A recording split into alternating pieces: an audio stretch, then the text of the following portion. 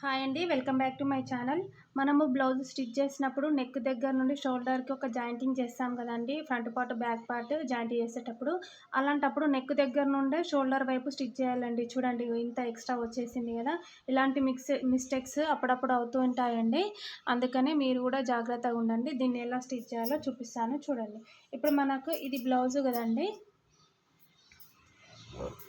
ఈ బ్లౌజ్ పైన మనము దీన్ని నెక్ పార్ట్, ఫ్రంట్ పార్ట్‌లోది నెక్ సైడ్ నుండి ఇలా క్లాత్ స్టిచ్ చేసుకోవాలండి. ఇలా స్టిచ్ చేస్తే మనకు హెచ్చు తగ్గులయ్యే ఛాన్సెస్ ఉన్నా మనం సెట్ చేసుకోవచ్చండి.